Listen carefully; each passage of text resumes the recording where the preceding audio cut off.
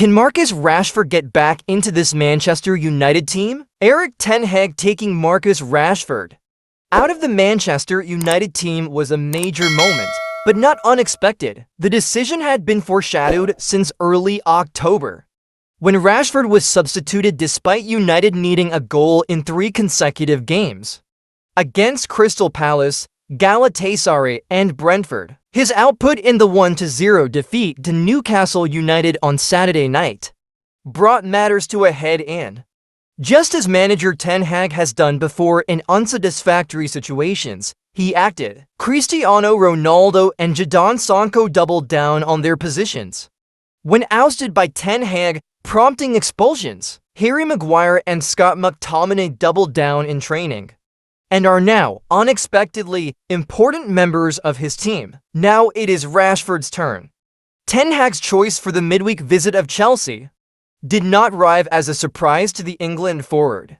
Who would agree with his manager that the team comes first? Dropping Rashford for poor performances is one aspect.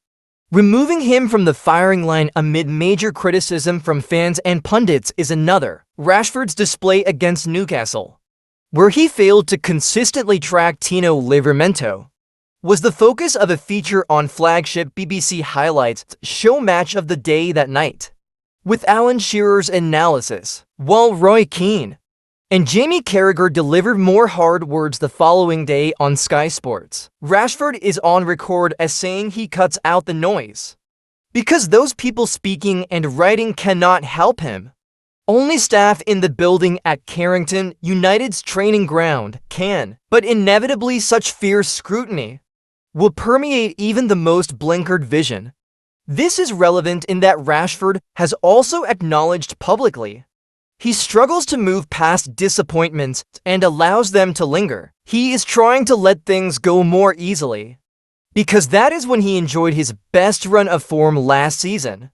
But he is someone who wears his emotions. In the days after a defeat, he can be moody and difficult.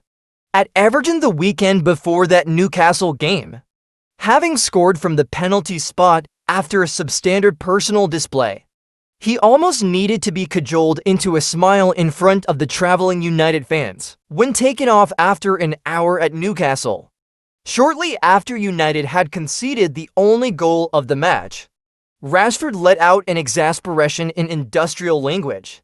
It is believed he was bemoaning the team's plight rather than his own. Club staff say Rashford carries the weight of negativity. He really cares when boyhood club United lose. And that is not the case for all who have been in that home dressing room over the past 5 years. Nevertheless, those who know Rashford accept body language is an issue this term. Those clips of him letting Livramento run away do not make good viewing, but they argue it was more a case of Rashford failing to spot danger quickly enough than not trying for an attack-minded player. That phase of the game does not come naturally to him, even at age 26. Rashford will need to apply himself at pressing and tracking to regain a place in Ten Hag's team before being sent on against Chelsea.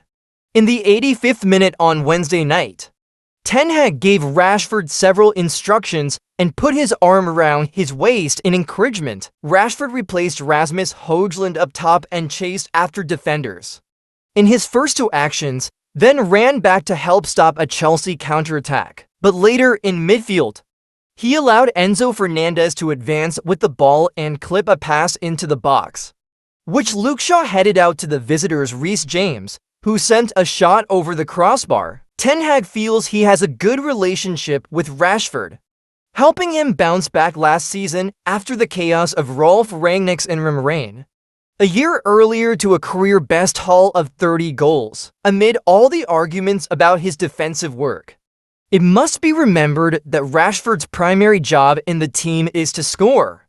That he has done so only twice in 19 games this season shows the scale of the problem. His decision-making is wry, having achieved an expected goals total of 4.69 in the Premier League so far.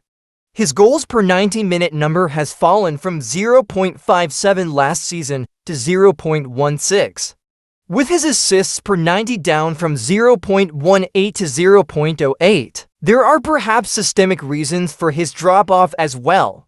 When playing on the left, Rashford tends to be positioned wider, so that summer signing Højlund, as a left footer, has space to run into in the left channel. Rashford has had less chance to pick up the ball closer to the area and drive to shoot. Instead, one of his new techniques is to hit a curled ball from the touchline, first time, over the top for Højlund to pursue. This sort of pass sent the Dane clear against Palace, with his finish cleared off the line, and also against FC Copenhagen when Højlund shot over. Rashford also played it using his left foot from the right wing against Manchester City, with Scott McTominay chasing and drawing a save from Ederson. These moments have contributed to Rashford creating 5 big chances in the Premier League, the same number as Arsenal captain Martin Odegaard. Mohamed Salah of Liverpool leads the way on 13. Interestingly, Rashford's figure for chances created per 90 has risen from 0.96 last season to 1.3. Højlund's rival has necessitated Rashford to alter his game. He is still dribbling into dangerous areas, making 12 ball carries ending in shots to rank 14th in Europe's top 5 leagues. Jeremy Doku of Manchester City has 14. Paris Saint-Germain's Kylian Mbappé 19, but he has become more of a provider than a predator. Ten Hag has tried Rashford at centre forward and on the right wing in a bid to configure his most effective attack, in a manner akin to Wayne Rooney's shuffled position for United under Sir Alex Ferguson. The difference is that United are not the dominant force in 2023. They were back in those days a decade ago, and finding a rhythm in changing roles is undoubtedly more difficult with less possession of the ball. The standards he has set previously, the level of contract he signed in July, catapulting him to being one of the Premier League's highest earners, have raised the level of expectation on Rashford, struggling off the back of that commitment, which runs to 2028. Was not part of the plan, and he is said to be mentally flat at the turn of events. His love for football remains, though, and he knows he has built himself up from difficulty before. Regaining his confidence is seen as the first step. Ten Hag is attempting to remove the spotlight from Rashford, swerving a question about him before the Chelsea game. How is he feeling?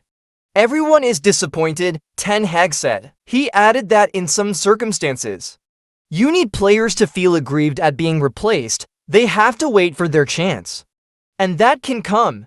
Alejandro Garnacho and Antony are giving Ten Hag more of what he wants right now. The incessant fixtures or an injury might present Rashford with a return sooner rather than later.